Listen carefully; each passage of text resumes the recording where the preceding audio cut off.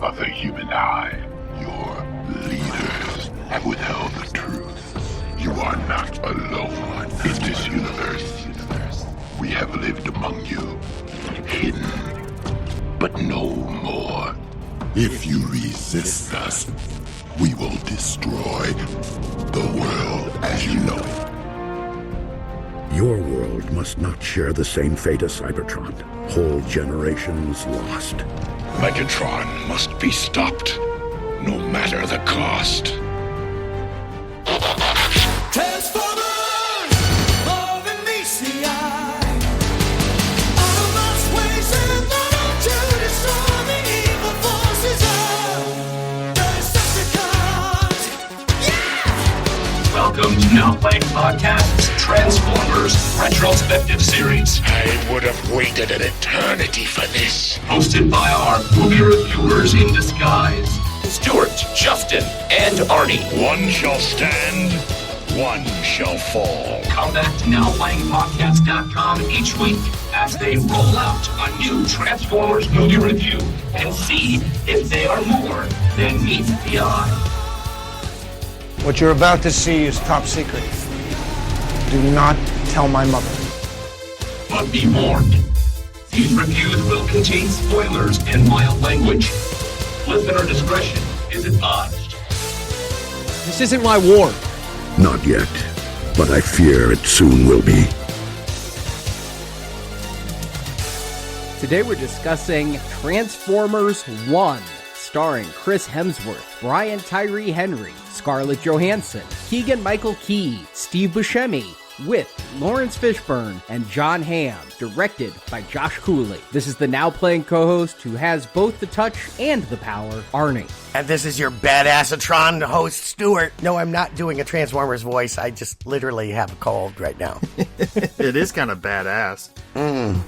This is JJ-tron, Justin. I thought you'd be J126 or something. Everybody's like a letter and a few numbers with a couple of exceptions. Right? So welcome back, listeners, to our Transformers retrospective series. It has been a hot minute since we've discussed a Transformers film. A little over 365 days. Rise of the Beast is a distant memory in my head. Oh my god, I completely forgot Rise of the Beast was just last year. That feels 5 years ago.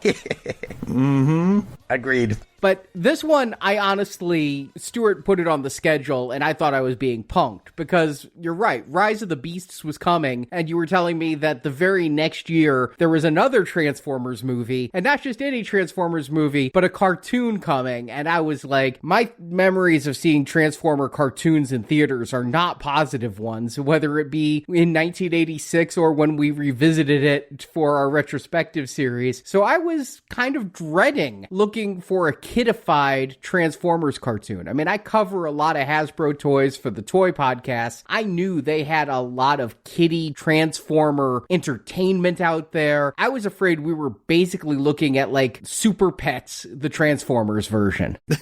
Yeah, remember the Hub Network? Hasbro's little... Yep. Yeah, see, that's what I kind of... When I saw this, I was like, oh, are we just getting something that was supposed to go on Hub before they canned that streaming service? Yeah, because there was that Rescue Bots TV show for a while, and that was really kiddie. Then there was Transformers Prime, which was on that Hub network, so... Yeah, I mean, not knowing much about it going in, that's just kind of the vibe I was getting was, hey, this feels like something that they didn't get out in time before the streaming service went in the tin backs. But this is kind of interesting because there have been so many Transformers television shows, animated, CG animated, just doing some research. I think there's close to 30 different Transformers television shows going from 1984 to now. And I was afraid there'd be a lot of research for Transformers 1. Did I have to watch everything from Transformers Prime to the Transformers Bumblebee spin-off show to get a lot of background for this? But no, we're going to the beginning. We're going to have an origin story and basically start an entire new continuity for Transformers with this animated film, Transformers 1.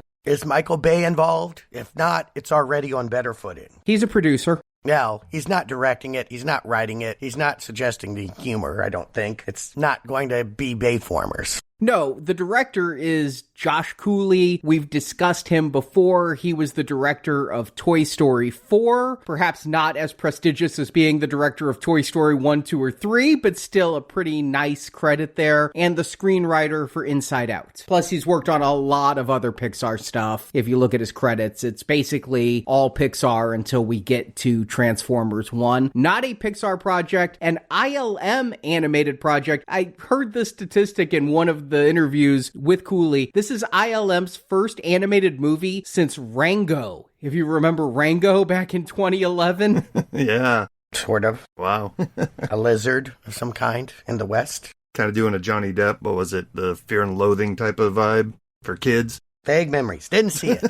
Don't see a lot of animated films. I will say this in support of this movie. I have been surprised at how well the format has worked for Spider-Man and Teenage Mutant Ninja Turtles. So if that's what they're going to try to do for Transformers, those bots could use all the help in the world. I really haven't enjoyed a single Transformers movie, so this feels like a better direction than making another one live action. You didn't even enjoy Bumblebee, huh? That's my memory looking back, is that Bumblebee was the good one. I gave a pass to Rise of the Beast, but I don't think I meant it.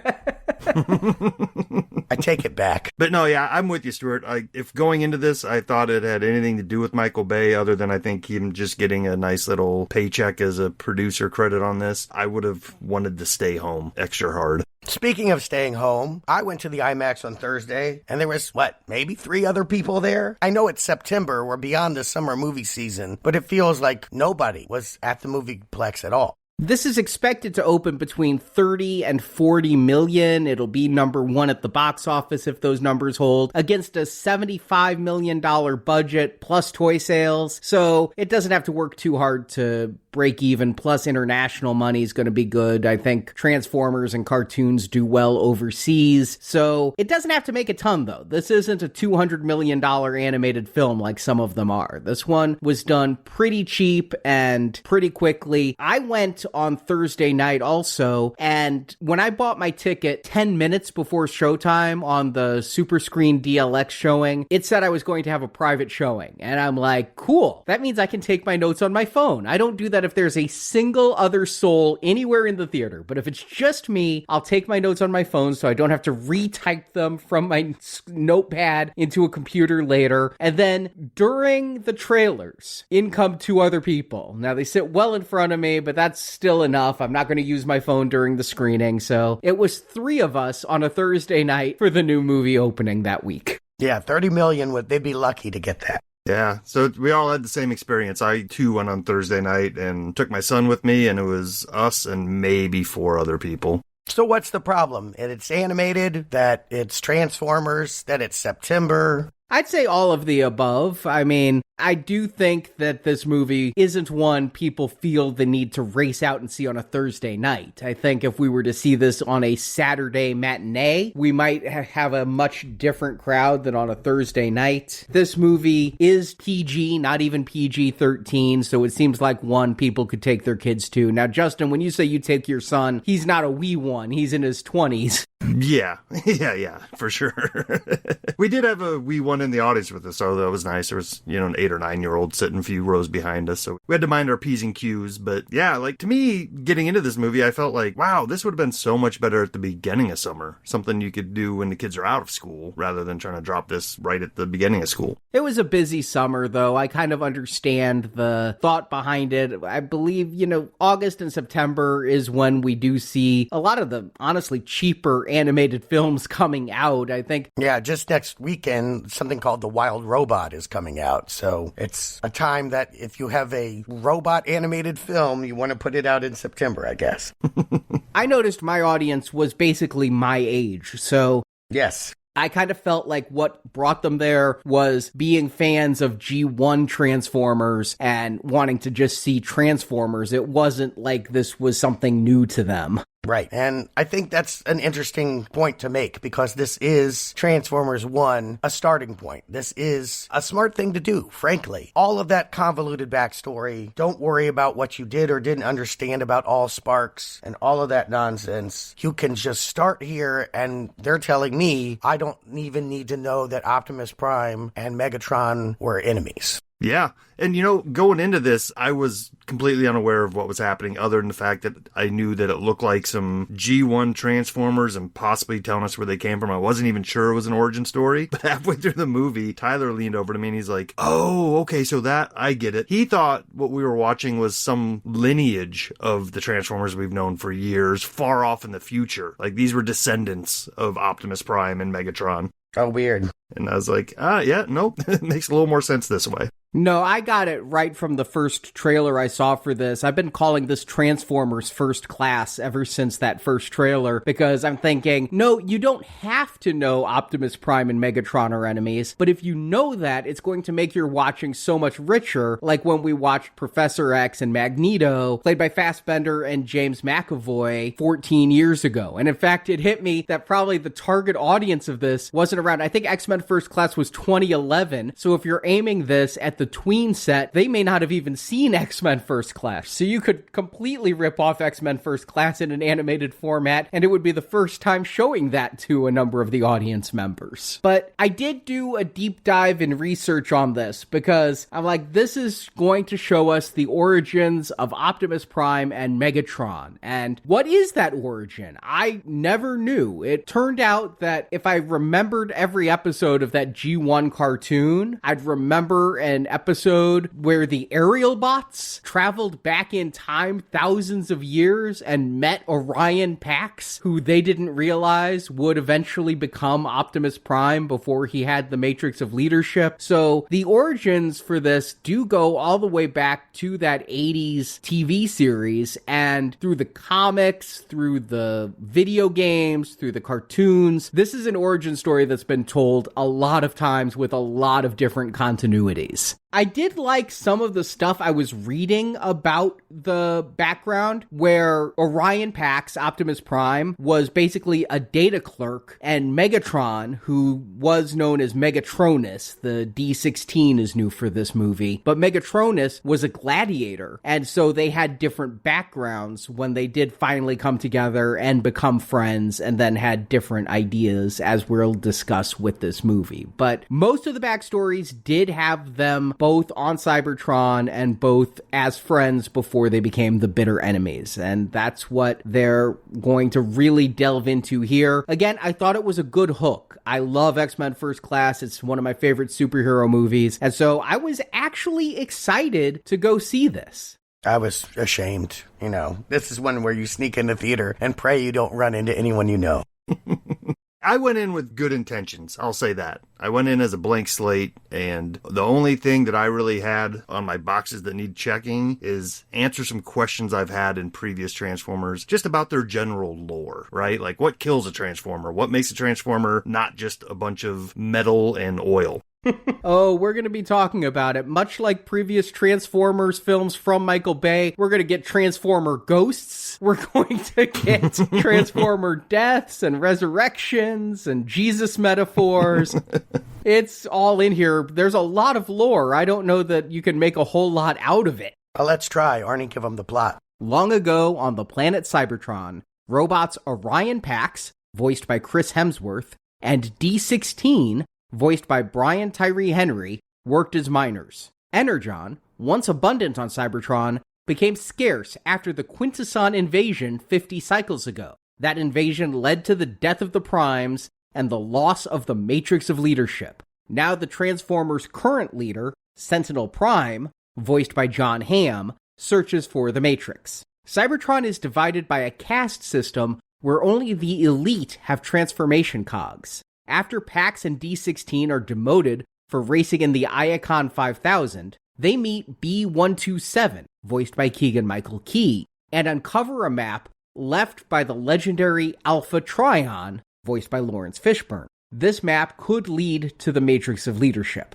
Alongside Elita 1, Scarlett Johansson, they find the location, discovering dead primes and they're able to revive Alpha Trion, who reveals Sentinel Prime's betrayal. Sentinel Prime serves the Quintessons and delivers Energon to them. Alpha Trion gives the group transformation cogs taken from the dead Primes, but Sentinel's forces, led by Arachnid, attack. Alpha Trion is killed, and Pax and D16 disagree on how to proceed. Pax wants to expose Sentinel Prime, while D16 seeks violent revenge. The group is captured by the High Guard, led by Starscream, voiced by Steve Buscemi, who refuses to help until D16 defeats him and takes command. Sentinel's forces capture D16 and B-127, while Pax rallies the miners to revolt. In the final battle, D16 kills Sentinel Prime and renames himself Megatron, but Pax is saved by the spirits of the Primes, being given the Matrix of Leadership and becoming Optimus Prime. Optimus defeats Megatron, banishes him, and distributes transformation cogs to all the workers, restoring Energon to Cybertron. Megatron forms the Decepticons, and Optimus becomes the planet's new leader as credits roll. And as we get started, I think I knew coming into this, OP, Optimus Prime, this Orion Pax is going to be one of the few Transformers I could actually name. Much like me, he doesn't sound like I think of him sounding. He's got a new voice actor. Chris Hemsworth is stepping in for the guy that's always been Optimus Prime. Right, Peter Cullen, who did Optimus Prime in the 80s series. I remember when the first Bayformers film was coming out, and there was an uprising that nobody could voice Optimus Prime except Peter Cullen. And so they actually did go back and get Peter Cullen to do that Optimus Prime voice. He is the voice of Optimus Prime, although there are some others who have done it. Alan Tudyk, a actor we discussed on our Serenity review and our recent Stephen King review. But not in anything I've seen. No, but there have been a few other voice actors who did it, but Peter Cullen is the main one. The creators said they wanted a different voice because this wouldn't be Optimus. This is him growing up to get that voice. So, I wouldn't think of Chris Hemsworth as a voice actor. I mean, I think of him, I think of his physique, I think of how he looks, I think of his screen presence. So he wouldn't be the one I would necessarily jump to as top in the line as the voice of young Optimus Prime. But I think he does actually really well here, and his voice is innocuous enough that I completely forget it's him. All the voice actors have been corralled from the Marvel stable of talent, right? I mean, Scarlett Johansson's here, Brian Tyree Henry, like they've all done MCU films. I guess that's to justify adults seeing this movie. We can feel better. Yeah, but we also got Keegan-Michael Key, Steve Buscemi, Jon Hamm. I do know that it's actually the Avengers connection that got ScarJo on the project. Hemsworth sent her a text after Hemsworth was on the project, like, hey, do you want to come and voice this robot? Who would say no to that? I do think that not having Peter Cullen here is maybe a potential sticking point for the fanboy crowd here, right? I mean, as Arnie said, this is kind of the first time in a major Transformers production that he's not being used. So I think you got to go out and get a name, right? Even if it's not going to be somebody who's going to sound like Optimus Prime the way we know, you put a name like Hemsworth up there and maybe we look the other way on it. Yeah, I agree with that. I know that the tendency is to get Hollywood names to voice big roles in animated movies these days. I kind of miss the days where you just had really talented voice actors who could do like 5 or 6 different voices also as your lead, like Frank Cullen, who was a voiceover actor in a lot of stuff. But I mean, honestly, Scarlett Johansson, I'll go and see a movie because she's in it, because she's a great actress, but I haven't gone and watched Sing, and she does a voice in that. It's not like a name star being a voice of something is going to get me to tune in more. I mean, Michael Cera and Samuel L. Jackson had that Kung Fu movie a while back. I like both those actors, but I didn't watch that movie.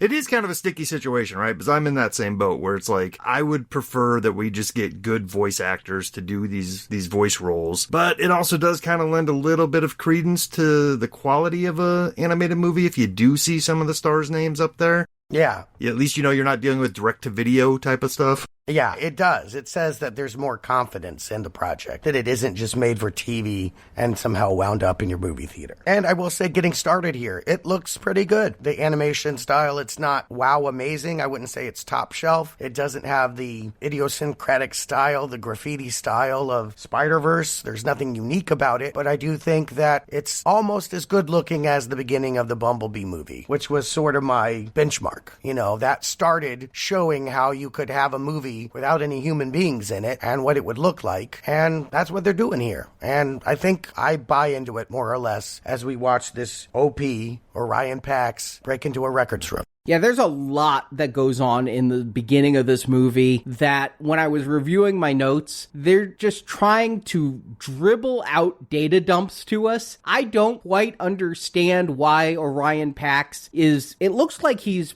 doing a break-in. He's cutting open a grate, crawling through a vent. There's laser alarms that he's tiptoeing over, all just to get to a data tape. And I did love they have a Nintendo reference here. He puts the tape in, it doesn't work, he pulls it out, he blows on it and puts it back in. That's there for people of our generation. But he has to know what he's watching. I mean, it feels like he's watching something you'd see at a planetarium. It just is like, at the dawn of time, Primus sacrificed his life force, transforming into Cybertron. He birthed the first Transformers, the Primes. I mean, this is telling the audience information. This is the lore, Justin, you said you're looking for. Here's a huge data dump of lore, but I have no in-universe reason why Orion Pax would want to watch this National Geographic special on his own world. The reason given is that the matrix of leadership has gone missing, and so that's the MacGuffin. And yes, I agree, this does not feel like a top secret file, and he's disappointed not to be learning new information. It sort of ends in a pat,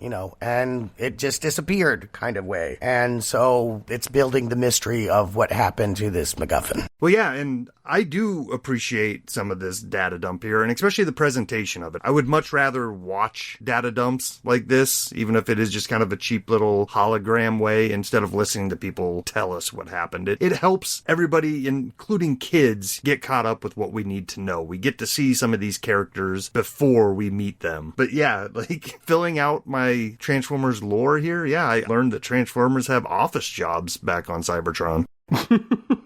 Yeah, it is kind of funny. And Stuart, you said you only knew Pax was Prime because of the initials. He looks like, honestly, a McDonald's Happy Meal version of what a Optimus Prime toy would be. He's small, he's narrow, he doesn't transform, but he's got the red shoulders, he's got the blue legs. It definitely looks like Optimus here. And he's pulling these youthful hijinks, I guess I'd call them, which is going to get us really quickly into our first action scene where he's running from security bots. And I understand that this movie, they really focused on 3D. I didn't get a chance to see it in 3D, but I bet some of this stuff, like when he's falling through the mini stories of Cybertronian buildings, would look good in 3D. AMC screwed up. I paid for a 3D screening and they ran it. I was wearing the glasses and 5 minutes in, I take them off. I'm like, wait, there's no difference. They didn't put on the right show.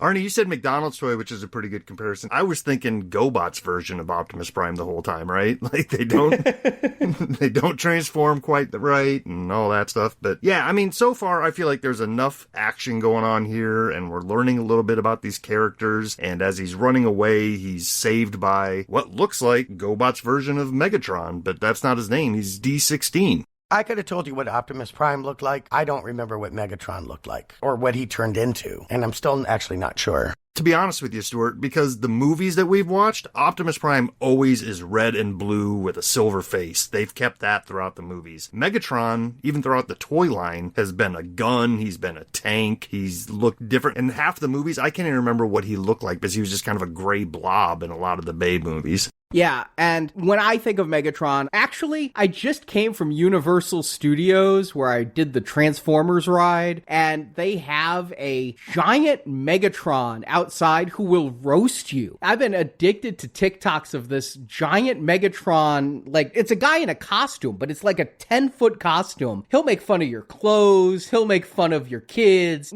very light roasting going on out there. And so I know what the movie one looks looks like, but when I think of the Megatron, I'm thinking of what was drawn in the G1 cartoon. And yeah, I see it here. I see it in this D16, and he's just loading a cart, and we don't realize that Orion Pax was in this cart, and he was covering for him so the security guards can't find Pax. What I see is Buzz and Woody. It should be said that the director we mentioned, Josh Cooley, his claim to fame, the reason why he got this gig, Toy Story 4, which is, let's face it, the worst Toy Story movie. That's the kind of playful banter. There's a lot of fist bumping. There's a lot of, loving togetherness between these two bros. And I think that, again, it's an adjustment to realize that they're not going to, at least for the first half of the movie, play this up as some kind of tragedy in the making. This is to be thought of as lighthearted. But all the origin stuff, it is just so obligatory that this is going to be where Megatron gets the Decepticon logo. It's a decal given to him by Pax. We don't know why Pax is looking for first edition stickers, but this is the logo of Megatronus Prime, the strongest Prime who ever lived, and so D16 is going to wear this sticker on his shoulder for most of the movie. Yeah, I just took it as, these primes that they keep hearing about are the heroes of their world, so they're going to have collector's cards and they're going to have little memorabilia that you want to get your hands on as a fanboy. And I was fine with that. And I think that's a good way to kind of give us as the audience something to bite onto here, because right now Optimus Prime and Megatron are not those characters. They're just nobodies. True, but it would be a little bit weird. It would be like me meeting up with you, Justin, and being like, look, I got you this George Washington sticker. Put it on your shoulder. Yeah, maybe. Did you notice, Stuart, you brought up, the Toy Story connection of the Woody and Buzz type of situation. I noticed it in the animation every once in a while. These robots run kind of like Buzz does in the movie. The same animated style of clunky guy running kind of comedically. That's what I mean. Yeah, everything about this opening chase and then later the chase that they jump into, it feels like the kind of bumbling antics you would expect in that Pixar series. Again, I would expect that you would, Arnie, tease the idea that these are Cain and Abel, right? Brothers that have a falling out. Well, that's what the movie is going to explore. I don't think they need to tease it this early. We do want to see them as allies. What I didn't see them as was co-workers in mining jobs, though. That's kind of a interesting thing. At the very end of the film, we're going to see a flashback to both of their first day on the job, where they're entering the mines and make friends with each other. And yeah, because of the Quintesson War, there is a lack of energon on Cybertron, and so they have this working class of non-transforming robots to dig energon out of the planet core, and that's what these guys do by day. And their boss is Alita, not the Battle Angel. I honestly was writing Alita with an A the entire time in my notes, but this is Alita with an E, and yes, voiced by ScarJo. That's the voice that I didn't know going in. ScarJo was in this, and to be honest with you, it sounded familiar, but it didn't scream at me that this was Scarlett Johansson the whole time. I think she has a really distinctive voice, but I knew coming in she was in the movie, so I recognized her as we were watching it. In fact, I didn't catch her character's name for a little bit, so I'm writing Scarlett Johansson in my notes to try to figure this out. I thought because she's kind of a purplish color, I'm like, is this RC? Is this the one that would eventually become the robot? But no, Alita is her own Autobot. Interesting. Well, that's one thing I did notice. It seems like there's several different unique designs for what we would consider the male Transformers, but when it comes to the female ones, I feel like they all just are kind of the same look, just different colors. They all kind of look like Alita. Yeah, RC is in here. There are so many Easter eggs and cameos in this movie. We're going to pretty quickly go from these two on the job. We're going to see that Orion Pax has leadership skills because there's an emergency in the mine and they have to go back and save Jazz, who was not named after music, but in fact had that name on Cybertron, I guess. He was Jazz before he was a car, and it's Pax who goes back to rescue him in this, despite Alita being like, hey, we all have to escape this explosion. It's super clumsy, but the idea is he doesn't follow protocol. He's seen as someone that can't be a leader because he doesn't follow the rules. And it gets Alita fired, and he's feeling like a schmuck, but he's optimistic, and that's where the name comes from, right? He never gets down about the fact that he's always kind of screwing up. Yeah, and we see here that he is going to, I guess, not be subdued by Darkwing, who is one of the... Is he security? Is he management? I'm not quite sure what Darkwing is, but he's a tough guy, and Pax is going to give him the middle finger. I'm shocked. I had to look to see if this was a G-rated film. You can't even show the middle finger. They just imply that Pax gives him the middle finger. I mean, visually, I think they are telling a pretty easy story. Like you said, Arnie, I'm not sure who this security droid is, but you can tell by how sharp and angular he is. He's probably not somebody that is going to be one of our buddies on screen. Yeah, and we're going to get some cartoonish comedy here. Like, D16 is going to punch Pax, and Darkwing's going to punch D16. It feels very Looney Tunes, honestly. That's what I mean. Don't you feel at this point that you're in a movie you're way too old for? Maybe, but I feel like they're also dropping stuff for us old guys, too. Like, this is where they get the you got the touch, you got the power joke in there. You know, like, kids aren't going to get that. Not unless they're big Boogie Nights fans. Right? That's where I originally know the joke from, so... So I'm thinking Dirk Diggler at this point rather than original Transformers. But you have to be 15 or under to miss the idea that Sentinel Prime is the big bad guy, right? When Jon Hamm blows into this movie as the person that, like, is making these condescending speeches about the little men, and they're all fawning over him, and he can't seem to find that matrix of leadership, but distracting them all with a big old splashy race. I mean, we can all see what this is. Yeah, I was getting a big Mystery Men vibe off of this. I can't remember what his character was, but remember the big hero and Mystery Men that they all looked up to? Yes, absolutely. That is a great reference here. It was Greg Kinnear was the actor in Mystery Men. Yes. But the difference is in Mystery Men, Greg Kinnear was merely ineffectual, which is kind of what I thought about Sentinel Prime when we're introduced to him here. I thought maybe he was just stupid. I didn't remember Transformers Dark of the Moon, that Sentinel Prime was Leonard Nimoy's character, who was supposed to be a friend of Optimus, and then became a betrayer of Optimus, and all of that. And if I'd remembered that, I'd have instantly known Sentinel Prime was the bad guy, but at first I thought he was just a doofus, that he was an ineffectual leader, not that he was evil.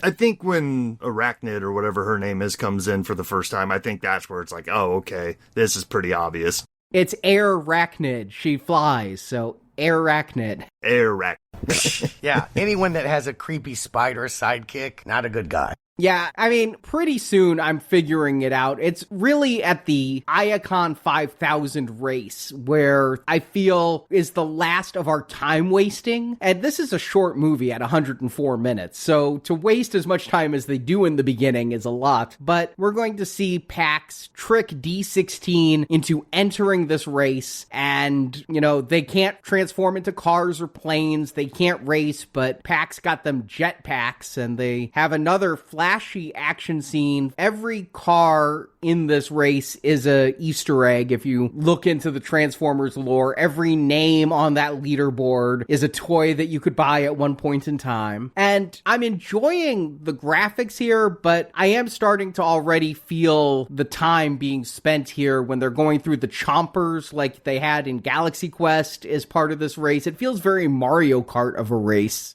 Yeah, but I feel like the pacing is pretty good. Like, right about the time I'm starting to think, like, okay, this is taking a while, it's wrapping up. It's not like the pod race scene in Star Wars where I feel like, okay, 2 more laps to go? Seriously? Can we move on past this? Pod race scene's one of my favorite parts of Phantom Menace. I mean, you wanted more Senate hearings? Okay, we'll get there soon enough. Sure.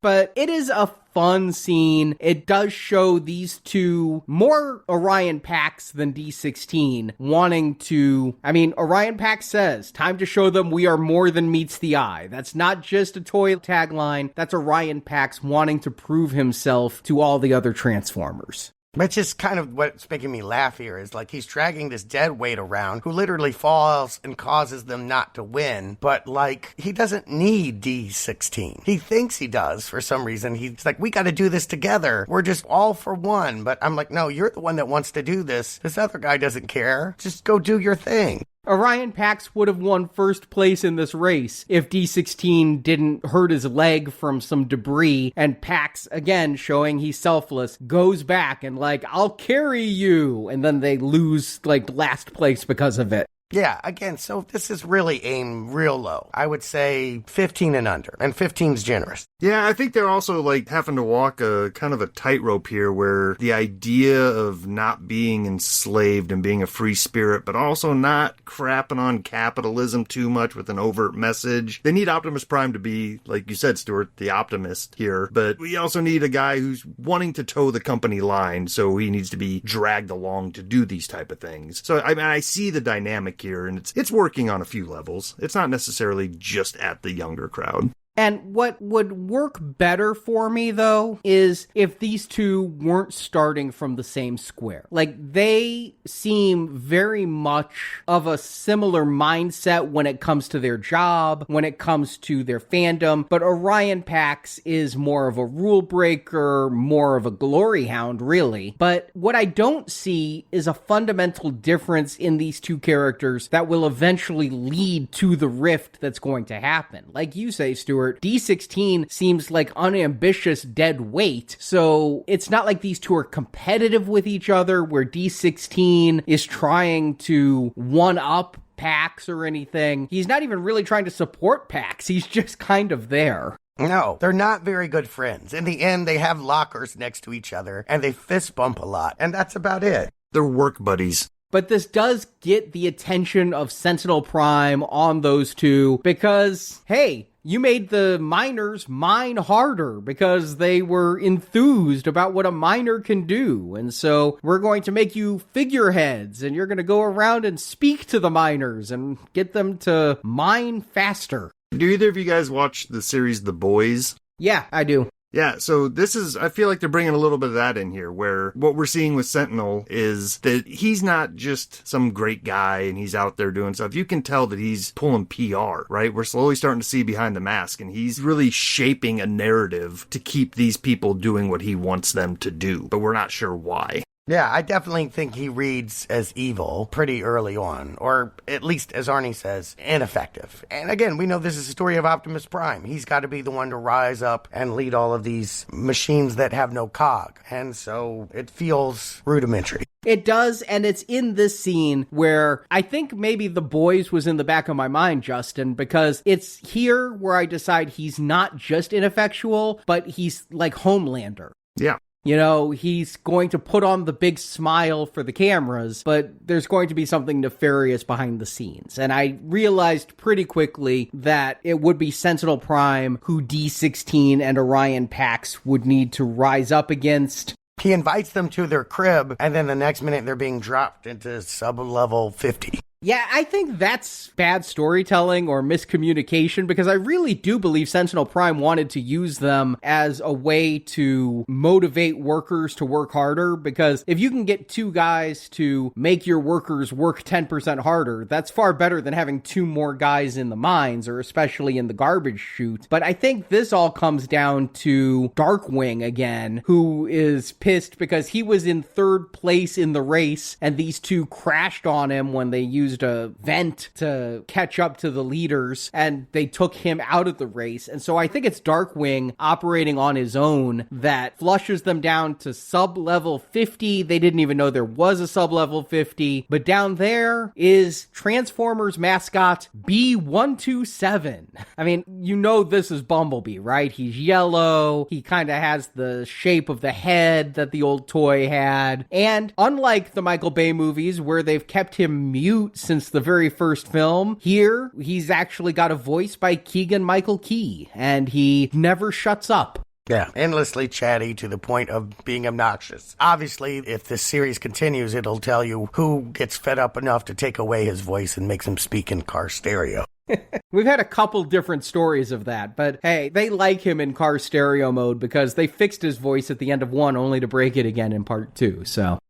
I mean, I feel like we kind of just talked about a character like this in Borderlands, right? Like Jack Black playing the Clank robot, and you can overdo it, but I feel like this introduction, we get the vibe of who he is, and yeah, walks right up to that line of being overly obnoxious, but not to the point where I'm ready to walk out of the theater over it. I like Key. I've always liked Key and Peele, and I think his sense of humor's coming through here, so it's keeping me attached to this character long enough to not want to yank his voice box out. Well, I agree. I think Key is really good as the comic relief here. I also like Key. That doesn't mean I like everything Key is in. Looking at You, the Predator. But, and we discussed him, was it just last year that he was Toad in the Mario movie? Yeah. I think he brings a good energy here. I'm kind of laughing at his... Badassatron. Trying to do that Stuart has a cold voice and say that he's... Badassatron. But again, I'm entertained by him, but I can't overlook the clunky storytelling that, oh, hey, this little holodisc down here has been sitting with the garbage for so long, and it just happens to have the message and the map that's going to lead to the Matrix of Leadership. They just stumble upon it among Bumblebee's mannequin make-believe friends.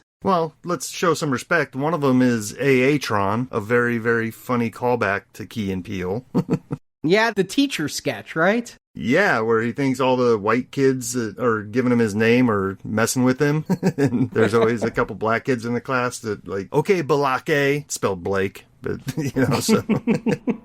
It's a good callback to that. But yeah, convenient, right? The one thing that they want to go find is just on a map right here. On the robot named Steve. As you mentioned, everything has weird names, but the one that has the holodisc, Steve. Look, this thing is not going to be pieced together like a well-oiled machine. It is pretty crude, it's rudimentary. It's, again, made for kids. It's going to live or die by how much you have goodwill towards these characters and how much these characters have fun together. This is the Wizard of Oz. They're off down this yellow brick road now. They have a hologram that tells them they need to find this planet where the thing is. Pick your MacGuffin. And so, yeah, we have your funny comic relief Bumblebee, your grumpy Megatron, your optimistic Prime, and this is also where they bring Scarlett back into the picture. Alita has been demoted. She's loading up some train, and they drag her into the shenanigans. Yeah, she is trying to stop them because they're stowing away on a train they think is full of toxic waste. And so they have to chase her to stop her from alerting people. And by the time their skerfuffle reaches a stop, they're already on the surface of the planet. Most of Cybertron, I guess, is below the surface. They're living in underground cities, but these trains take the toxic waste to the surface, and now they're too far away, and they're seeing the surface of the planet for the first time, and, they're stunned by its beauty, and I go, yeah, this movie looks pretty good. I can't say I'm stunned by the beauty of the planet, but it looks pretty good. Agreed. Yeah, it's a good-looking movie, but it won't compare with a Pixar picture. No, but a Pixar picture isn't going to have this much action. In the first half hour, we have a chase where Pax is chased by the guards. Then we have the race. Now we have this train battle sequence where the train is going almost completely vertically. I can smell the new roller coaster that's going to go in at Universal Studios next, where you just go completely vertical like this train does. There is just a lot of action that can help gloss over the fact that we're still getting data dumps. Like when they find this map, it starts talking about the Quintessons, which I did have to look up. I'm like, okay, I remember the Quintesson judge from Transformers 1986's movie. Yes, dare to be stupid. No, those were the Junkatrons. The Quintesson was the judge who fed them to the Sharkatrons. Whatever. The Quintessons had 5 heads. But I did look that up, but we do find out that it was a Quintesson attack that left this beacon that they're going to follow. And, it seems like a pretty easy journey. They get on the surface. Alita, who was their boss underground, is going to take the map, call them GoBots, I guess that's an insult in the Transformers universe to be called a GoBot. It was on the playground back in the 80s, so it might as well be now. And they make it pretty easily to where the beacon goes. There's only one moment of suspense when a Quintesson ship is over the planet, and it's scanning for life forms. I don't even know if Transformers would show up as life forms, as they're not organic, but it's scanning for something, and they have to hide under a ledge to not be caught. There's some excitement here, right? There's some good tension, where Orion is keeping not Bumblebee from tripping into the sensors that they're sending down. That was a pretty good tense moment for what we're doing here, but it is starting to hit a pace where it's almost hard to keep up, and I'm glad that they are continually reminding us what they're looking for, because otherwise it's too much action and it's too many MacGuffin names that I'm not able to keep straight in my head, but we're also still getting introduced to new characters.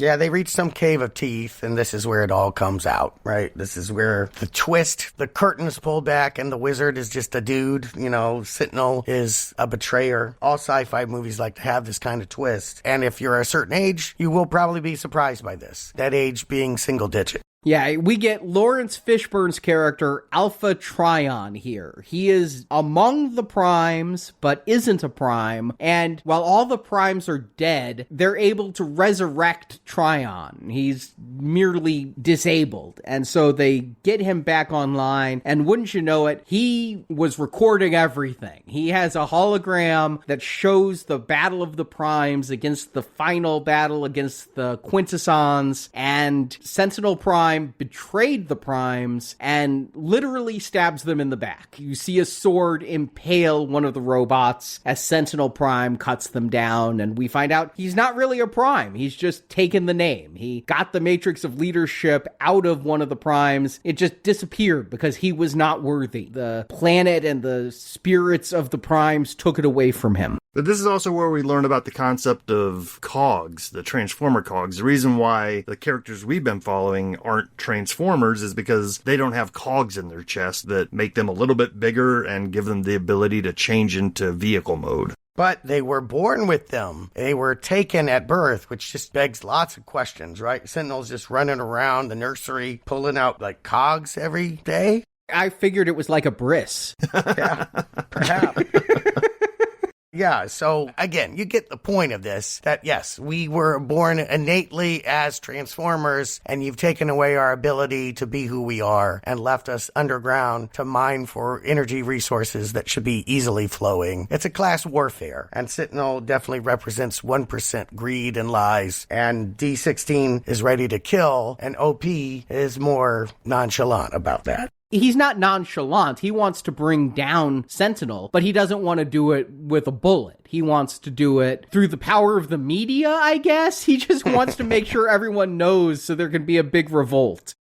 Right, because what we've been seeing is that OP has this spirit in him, and essentially what Sentinel has done is taken away everybody's free will. Without these cogs, they're not able to be who they are, but OP is so special at heart that even without a cog, he is breaking through that. That's why we're to see that he's a born leader, right? Even without his cog in the matrix of leadership, he's one better than the rest of us. So, yes, Alpha Trion takes cogs from the dead Primes and gives them to these four, and I'm like, I don't know what B-127 did to deserve this. He just was standing around. He doesn't seem super heroic, but now he is going to get a cog, as is Elita and the other two. But meanwhile, they're going to then oversee the big reveal, which all of us had figured out by this point. The Quintessons come, Sentinel Prime kneels before the Quintesson leader. They look more like green aliens than any kind of robots, these Quintessons, and the writers and director of this film said that they have ideas for a trilogy. I would have to think Quintessons would have to be more well fleshed out in a later film. Here, we just find out they're the real rulers of the planet, and Prime literally kneels before them, and all of this energon they're mining is being taken by the Quintessons. It's not being used by the people.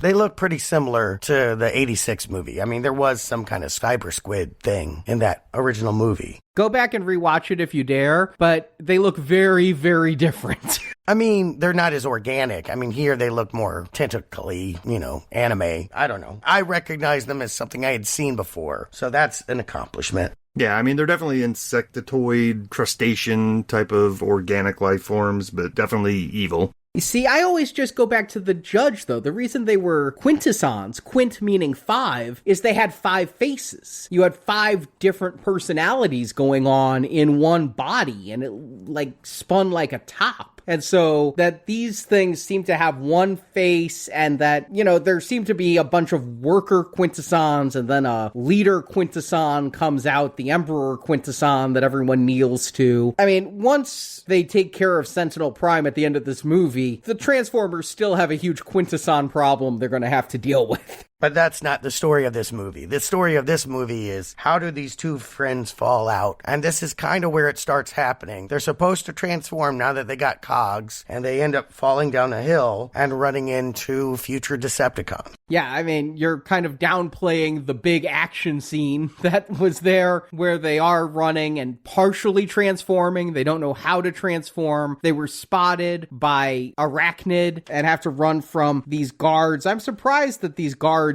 aren't more well-defined. It feels like they copy and pasted a 3D model because they all look identical as compared to, there's so many hundreds of Transformers they could have picked to fill out these rosters and given fans some more joy by seeing them. But yeah, we're going to have to hold that joy until we get to the high guard of Transformers, who I guess worked for the Primes, and after the Primes were killed, they went into hiding, and they say they do secret missions against Sentinel Prime, but they don't seem to really be too effective. How could you be if your head is Starscream, right? If you're led by Starscream, how effective can you be? Steve Buscemi. I haven't heard from him in a while. Oh, he's doing DirecTV commercials. And a lot of Adam Sandler movies. Oh.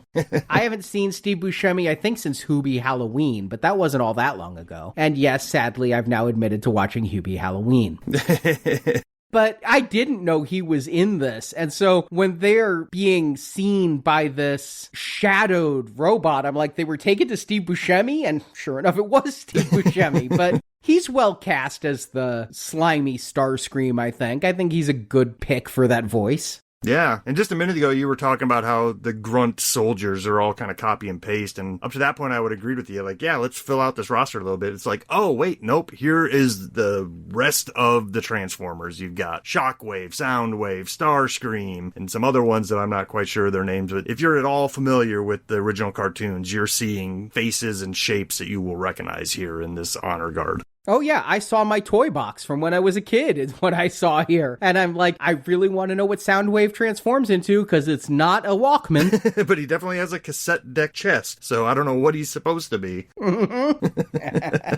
And this is where we start to see D16 become an evil ruler because he's not going to bow to this high guard. He's going to go off and Starscream's going to try to stop him. And these two are going to have a fight. And D16 still doesn't really know what he transforms into, but he gets that iconic cannon on his arm. All versions of Megatron I know have had a cannon on their arm, and he puts that right up in Starscream's face, and now that's all it takes, is he's now the leader of the High Guard, because Starscream is a coward. It is kind of a scratch the record transformation, don't you think? Like, a better script would definitely have shown more steps along the way from falling into this kind of militant, aggression. I agree. That's why when I was talking earlier about the alternate histories of Optimus Prime and Megatron, I liked it when Megatron started as a gladiator who then met up with Optimus Prime, who was a data clerk, and they had very different philosophies. Again, if we go back to X-Men First Class, you have Charles Xavier, who is educated in the highest schools, the most prestigious universities, but then you have Magneto, who was forged in a concentration camp and has spent his life thirsting for revenge and murder. One of the first Fassbender scenes is him in South America killing those on-the-run Nazis. And so you have people who start with a difference of philosophy coming together, but their difference in philosophy is too great and they can't overcome that. Here, we have two robots, D16 and Orion Pax, who seem to have similar philosophies at the start, but now D16 is like, I will never trust a Prime. I will kill Sentinel Prime. And Orion Pax is kind of like, where's this all coming from? Yeah, agreed. And I'm like that too. I'm like, who put the screw up your ass? It does just kind of feel like a problem of modern movies where the people now writing movies bring in the same baggage and knowledge of previous movies that we all bring in. So their shorthand is here is like, yeah, it's Magneto, it's Anakin. They're turning bad. You don't really need to delve into why. Bring that stuff with you and tell yourself a story. But the good origin stories do it well, and it make you really feel like, oh, I'm rediscovering a franchise I thought I knew. And here, look, I don't even like this franchise, so I have no love at going back and seeing this origin. But I just want to say, if I forgave it all of its previous sins and said, tell me a good story, this movie ain't doing it. I think you're being a little bit hard on it because I feel like the story is serviceable. The character motivations are shaky, but there's a lot going on that I feel is almost too much for this movie. I feel like they needed to shave it down a little bit more, but they wanted to put everything in here. When you walk away from this movie, you could turn on the very first episode of G1 Transformers. I don't think you could go straight from this into the Michael Bay film. Maybe, but I think you could go into the G1 Transformers easily enough and watch that. I feel like there's just too much origin going on, but the story is so basic, I can't really ding it except that it's not inventive. Well, that is a ding. Yeah, it's so basic, it's not a compliment. They got blueprints, they're not filling it in. Like, it's one thing to say this is what we want to do with the characters. It's another thing to actually have you laugh, enjoy. I hear you guys are liking this movie better than I am, but yeah, I'm not feeling like this has got spark. It's not got pizzazz. The Allspark? Yeah, it doesn't have any of that. Yeah, my problem is so much that happens in this movie happens by happenstance. It started with the Bumblebee having the message tag, and then it happens that they just accidentally come upon the High Guard, and then it just so happens that Arachnid is going to lead an attack against the High Guard because they followed the 4 robots to that location. There's just a lot of things happening that don't feel well motivated. There needs to be more character motivation and more reason instead of just now's the point where we want to separate Pax and D16, and so we're going to bring these characters in to do that. It feels very functional writing, not very inspired writing. Yeah, it's diagrammed, what I call it. It's like, yes, I see what you wanted to do, but you didn't actually shape it so that it's fun to do it. And in this attack, our 4 main bots are separated. D16 and Bumblebee, whatever his number is, get captured and taken to Sentinel Prime, whereas Orion Pax and Alita are just left behind because I guess Arachnid is not very good at her job. They can only carry so many, they say. But okay, if we want some more character motivation, this is really where Megatron turns, right? This scene here is him facing off against Sentinel, and Sentinel kind of torturing him and, goading him while he has him with his hands tied behind his back. Is it great motivation? No, but they're trying here at least, right? They're trying to put something on the screen that will show us why Megatron is about to turn. Yeah. I mean, yeah, it does feel like an effort. It is an effort to watch. I agree. I'm straining. They're straining. We're all straining to get through this. Yeah, he's a fan of Megatronius, and it really hurts D that Sentinel has taken Metatronius's core, his spirit. He's basically taken his hero's inner workings and passing it off as his own inner workings. And this is where we have that Decepticon symbol branded into his chest. Yeah, it doesn't really have any impact because they're robots. If you were branding human skin, that would be a dark, dark scene. But because they're robots, it's like, okay, so this is where he gets his symbol. Well, he's not going to be OEM anymore, man. He's going to have to be aftermarket parts if he wants to get rid of that. Meanwhile, Alita does her only functional thing in this movie, I think, of giving some very weird pep talk in which she proclaims she's better than Orion Pax, but he is their leader because he has hope. Yep, you saved Jazz. Your instincts tell you to make brave and courageous decisions for a reason. She doesn't have that instinct, but I do like her speech. I'm better than you in every way. I mean, I understand in all the meta reasons why they want Elita in here. Scarlett Johansson's one of the world's biggest stars. You also want some gender parity. You want to have a female character on both sides, your Tila and your Evil Lyn, your Elita and your Arachnid. But if you're going to have her here, give her something to do. Elita does nothing. Bumblebee does nothing, but he's comic relief. Yeah. Elita doesn't want to be here. She was dragged along. She then has no functional purpose in this film.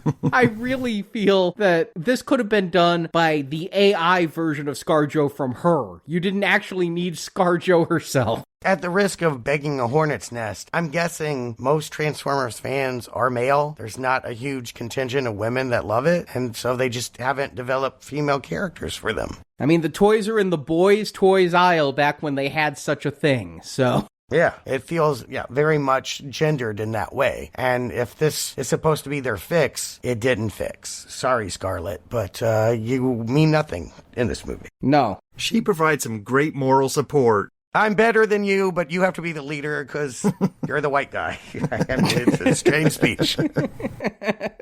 And this is where he will start to step into leadership and tell the High Guard, transform and roll out, bring in the catchphrase. Also clumsy, right? Yeah, especially since I don't think either Soundwave or Shockwave can roll. Maybe they become tanks in this universe. I guess Shockwave isn't a gun either if Megatron's not a gun. Even their symbolism is kind of clunky because, we were all born with cogs. I'm like, cogs as a symbol are like being part of a factory or a machine. It's the opposite of feeling like you're individualistic and meaningful. It feels like you're anonymous. To be a cog is to have no identity. So I just think it's really a bizarre speech where he's like, we all had cogs and they took it away from us. Yeah, motivator chip or something would have been a better name. Mm-hmm. Yeah, I think they're leaning heavily on Transformers lore with a lot of this stuff, and it does become a bit too much. It does feel like a toy. It's like, oh, you have your Transformer, but did you buy the cog? Oh, you have the cog, but did you buy the Matrix of Leadership? You have to keep getting these upgrades for your toy.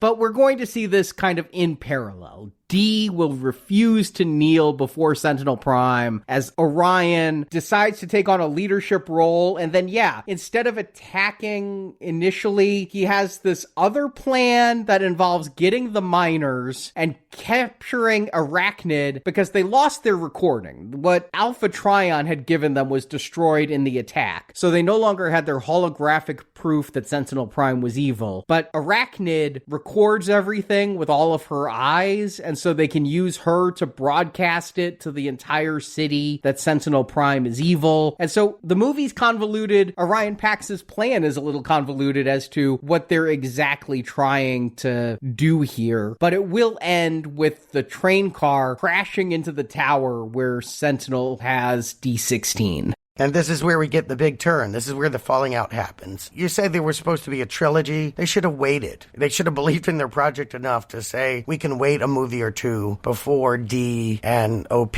fall out. It feels really weird the way it happens here. I think we said the same thing about X-Men First Class when Charles Xavier got paralyzed. We were like, it feels like they really put a lot into this movie that we thought they might save for a sequel. But yeah, here, D16 with his arm gun is ready to shoot Sentinel, and Pax jumps into the way of the bullet, getting his arm blasted off and a huge hole in his chest. I think he's dead. But D16 grabs him as he's falling off a cliff and is like, why did you do that? Why did you jump in the way? And then for no apparent reason I can understand at all. I was really hoping someone could tell me. Then, just right then, D16's eyes turn evil like a Sith. They turn red, and he goes, I'm done saving you. Well, A, you didn't save him much. You never did. Well, at the very beginning, he did, right? I mean, he threw him in a garbage can to hide him from security bots. If that's saving him, wow, with friends like these. Yes, I'm done saving you, and he drops him into the planet's core. And I wish that there was more build-up for that big character arc. I wish that it was less, we have to hit these beats, and more character-driven. The story needs to be character-driven. Totally. This is the thrust of the movie. It didn't matter about Sentinel and the Cuisinarts or whatever the hell. It mattered about these two. But in exact parallel, intercut between each other, we're going to see what I think may be Stuart's favorite moment from the Michael Bay movies, when there's the spirits of the dead primes that will bring Orion Pax back to life. Remember when Sam Witwicky went and saw all the ghosts? Oh, yeah. Transformer Heaven. Yeah. Beautiful. I couldn't believe they did that again. I couldn't believe they did the spirits of the primes again after Transformers 2. It plays a little bit better as a cartoon. I'll say that much. I can accept it a little bit more than a human going to transform. I don't know. Yeah, that Rise of the Fallen is beyond. I was getting some big-time 70s Shazam vibes from this, like when he would go into that hall and all the previous Shazam gods would talk to Billy Batson. That's what I was getting here. Oh, wow. That's a memory I don't even have, and I watched that show back in the day. But this is where he becomes Optimistic Prime, right? This is where he truly becomes the semi or whatever. Not a semi yet, but at least Optimus Prime in name, because he gets the leadership chip. He's basically a Cybertronian version of a semi-truck. I mean, he looks like he has a cab and he's got a little bit of a trailer to him, but he's not exactly an Earth truck. But yes, he gets the matrix of leadership and is named Optimus Prime, whereas up on the top of the tower, D-16 kills Sentinel, and then taking his name from Megatronus Prime, he's like, I am Megatron. So both are christened at the exact same moment. Yeah, parallel. I'm getting a lot of Revenge of the Sith vibes here. You know, this is kind of like the birth of the twins and the birth of Darth Vader at the same time. Death of Padme. It's reading like 2005 to me here, which, you know, isn't a terrible time to go back to. And then it just kind of ends. OP, he's a lover, he's not a fighter. He's like, you guys are kicked out. I'm not going to kill you. I don't do that. Yeah. We do have a fight, and it feels as perfunctory as any of the fights at the end of the G1 cartoon used to be, because they always ended in fisticuffs between Megatron and Optimus Prime, and it always ended with Megatron slinking off to plot his next plot and Optimus Prime standing there heroically. We need this fight, and they give it to us, but it feels so weightless. It feels so insignificant. Yeah, again, like I said, it almost feels like it didn't happen. It's just like, get out of here. We're Autobots. Fist bump. Optimus Prime knows he needs a good commander to help him lead, and so that will be Elita. And he also needs a court jester?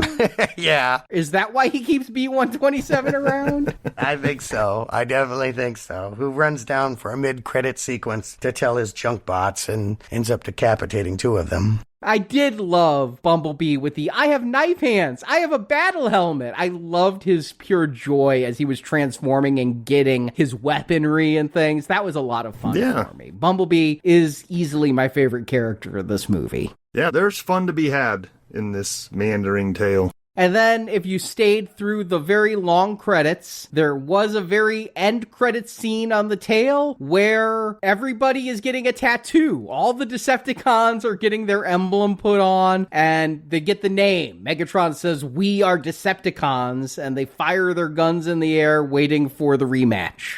Truly just crass branding at this point, right? Like, oh, we didn't get the logo or the name in there. We better, end credit scene. Yeah, it feels more obligatory than it does feel setting up any of future stories that they may or may not have in mind for this trilogy. Right. Again, if you wanted to really do a Marvel-like stinger, have the Quintesson ship in view, or have Megatron working with a Quintesson or something like that, you know, to really set up some kind of fear of a threat to come. Because, I mean, Megatron's a loser. He's lost in every single story he's ever been in, so he doesn't feel like a huge threat here at the end.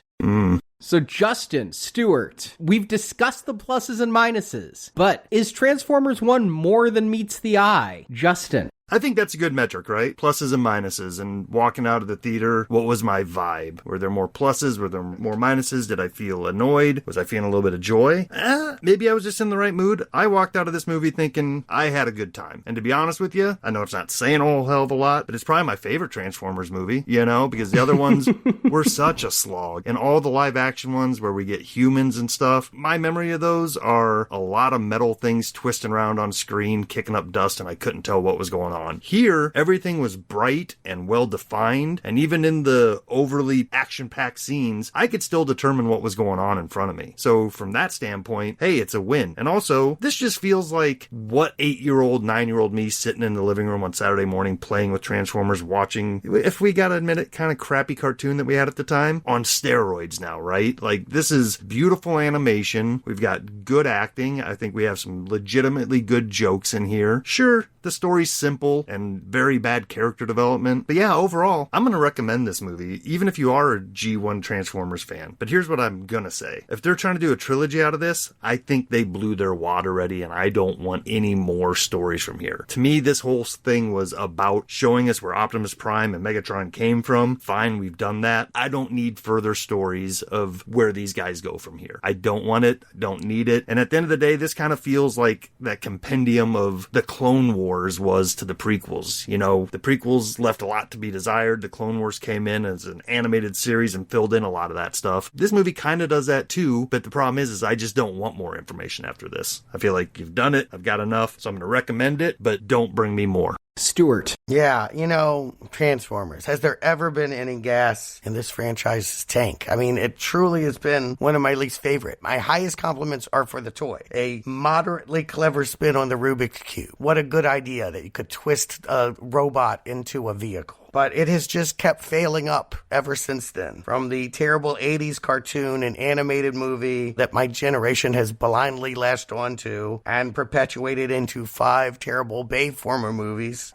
Yes, it got a little bit better when Bay stepped out of the chair, but I don't really think Bumblebee and Rise of the Beast are particularly good films, and neither is Transformers 1. From an engineering standpoint, yes, this animated movie makes some smart calculations. They have gotten rid of the human drama. I think that was a wise thing to do. They have made a decent looking film. I agree with the aesthetics of this. It was a good idea to dial back all the convoluted lore and just tell us the beginnings. Pick 2 characters, good and bad, and show how we break into Autobot Decepticon. That was a smart idea. But unfortunately, to use some Pixar parlance, this is more Cars than Toy Story. There is no charm in the romance. Unfortunately, D16 and Orion Pax are not characters you will fall in love with. Their pale imitation of Buzz and Woody antics just becomes inscrutable when suddenly they go off-roading into this Cain and Abel tragedy right at the end. Yes, just for reasons the eyes turn red and it's time to be evil. I just thought it was incredibly sloppy. And the Sentinel storyline, it's easy to spot him as a false hero, and he fails to be that necessary wedge that drives 2 great friends apart. So, this works. When origin stories are great. Casino Royale, Batman Begins, they make you fall in love with a series all over again. Warts and all. You love everything about it because you remember the whole history. And here,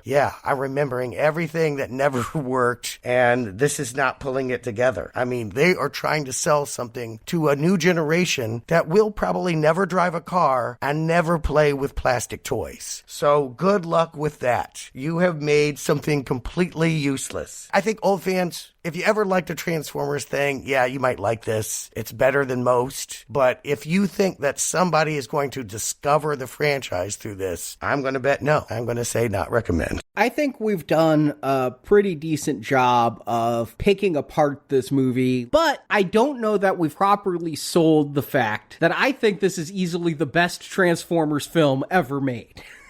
Really? You both are saying that? Yep. How dare you do that to Bumblebee and Rise of the Beast? Yeah, the competition for this, the only one that comes even close, I went back and checked all my Letterboxd rankings because I did not want to rewatch all of those movies. You don't want to ever watch it again. I agree. But the only one that even came close to my ranking for this movie is Bumblebee. And again, I know there are people who love Transformers 86. Oh, God. take off those rose-colored glasses and look at it without the nostalgia. Yeah. I don't know. That one with the middle-aged knights was the worst one, but that was a close second. Yeah, that one was really bad, the last night. And so I've recommended Transformers movies in the past by saying this is the best. This is a recommend, but I wanted to be able to give this a strong recommend when I was going into the theater. I really thought there might be a chance of that this could be good from the pedigree of the writer of Inside Out and the way that did such a great job of handling emotions. I thought it might be able to handle the complex emotions of two friends driven apart into ideological warfare. No, it barely does that. And there are so many data dumps. They try to put in, I did this when I was 12. I remember this. I would get out every toy in my toy box and want to have a massive battle with all the good guys fighting all the bad guys all at once. And that feels like what they're doing here. They had to squeeze in so many characters and so many factions and so many data dumps with the crimes and the Quintesson War and 50 cycles ago, however long that is, 50 millennia, I don't even know. But it ends up being functional storytelling and barely functional character development, but I have a good time watching it. I think the animation's really well done. Like you said, Stuart, I don't think this is going to compete with Spider-Verse or Pixar when it comes to awards for Best Animated Feature, but I think it looks good. I will disagree with you on one thing, Justin. I did find myself confused during a lot of the battles. I was like, who is where? It was reminding me of Bay's movies a little bit in that I couldn't keep up with everything that was happening during the most action-packed of the scenes. But like you, Justin, I think I just had a good enough time, even though I realized this movie could have used a really strong rewrite before they made it. I think one more pass through, one more streamlining where you punch up the character motivations and maybe drop back some of the action in that first half hour, because the first half hour is just so filled with chases, races, and attacks that I think it makes the storytelling feel shoehorned in, and it robs the character development because of the spectacle. So I don't love it, but I still do think it's the best Transformers I've seen on the big screen. So it's a recommend. As for do I want more of this universe? I'll tell you, I would want Transformers 2 highly above all the other Transformers movies that they are talking about making. I mean, there's the G.I. Joe Transformers crossover film Hasbro is making. No, thank you. That is the next thing, right? That's the one where we're going to have 4 hosts. Mm-hmm. Yeah, we bring in the G.I. Joe trio and the Transformers trio. That Venn diagram is not a circle because we have Jacob on the G.I. Joe series. But yes. I'm happy to step off if you don't want a fourth wheel. You're not getting out that easy. So that's what they're talking about, and I would much rather revisit these people and their world. And, you know, X-Men First Class was the best X-Men film, but Days of Future Past was a really solid follow-up. So I think there's still more that you can tell in an origin story and even improve upon what they've done here. If the choice is more, they're not Bay movies anymore, but they all feel of the Bay-verse, more of that or more of this, I'll take more of this. Because at least this felt like the creators came in with love for the source material rather than just being crass. Like, we've got to make more robot stories. Yeah, I'm with you on that. I do feel like this is probably the medium in which Transformers has been told the best. It's not my favorite Transformers movie, but I don't have one. I wish they would never make another one, but they will. Yes, but what is your most unfavorite? You know what I'm saying? Like, you may not have a favorite Transformers movie, but you're able to rank 86 Stephen King adaptations. Yeah. Rise of the Beast, Bumblebee, this, the first Transformers, and then God only knows. Well, we'll put these toys back in the box for a while. Next week, we're going to a different franchise property. We're going back to DC Comics for something I've never heard of, but there was a mini-series on Max called DMZ. Not the rapper. I think that's DMX. I think DMZ stands for Demilitarized Zone. Yeah. Yeah, we're leading up to Joker 2, and so we're playing catch-up with DC Comics. I don't know this one, but Rosario Dawson, Benjamin Bratt. It's something about a second Civil War, which feels kind of timely, actually. And in the meantime, join us this Friday. We're getting to the second, maybe the best, Body Snatchers movie. Invasion of the Body Snatchers, 1978 for Gold Level. It's the one with Donald Sutherland and the infamous Scream. Yes, that is available this Friday for our Gold Level donors of $25 or more on Patreon, on Podbean, or directly to us. You can find the details at nowplayingpodcast.com/donate. The first review in this Gold Level series, the 1956 Invasion of the Body Snatchers, came out last Friday. That's available to listen to today if you donate. Then this Friday, the 1978 classic. Which one is better? There is that argument. Is the remake better than the original? There's very few cases of that, but we found that out when we did the Thing retrospective series. We liked Carpenter's better than we liked The Thing from Another World. So will we feel that way about Body Snatchers? Join us and support our podcast and hear all those bonus reviews. And thank you for your support of our show. Justin, Stuart, thank you for joining me, and we'll be back then till all are one.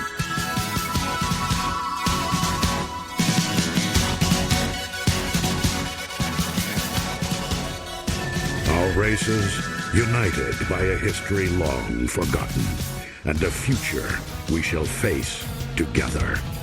I am Optimus Prime, and I send this message so that our pasts will always be remembered. For in those memories, we live on.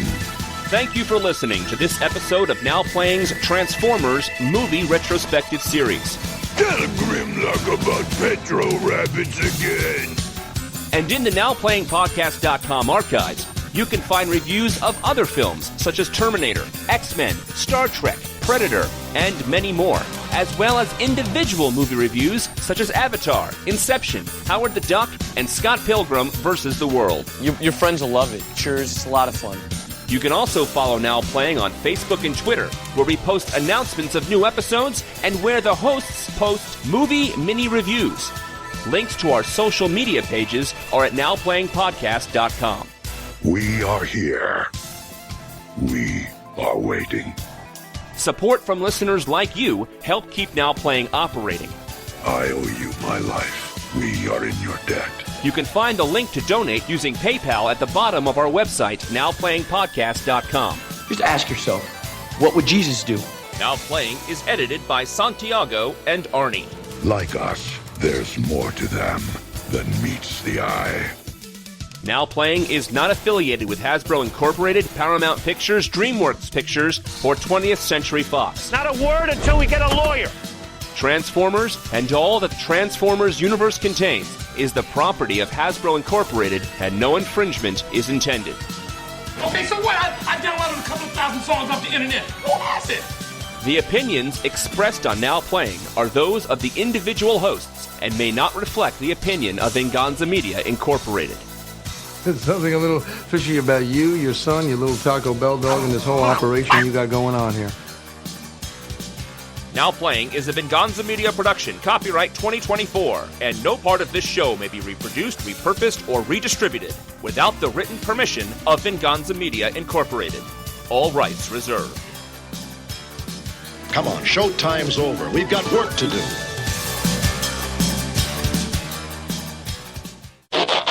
Totally. This is the thrust of the movie. It didn't matter about Sentinel and the Cuisinarts or whatever the hell. It mattered about these two.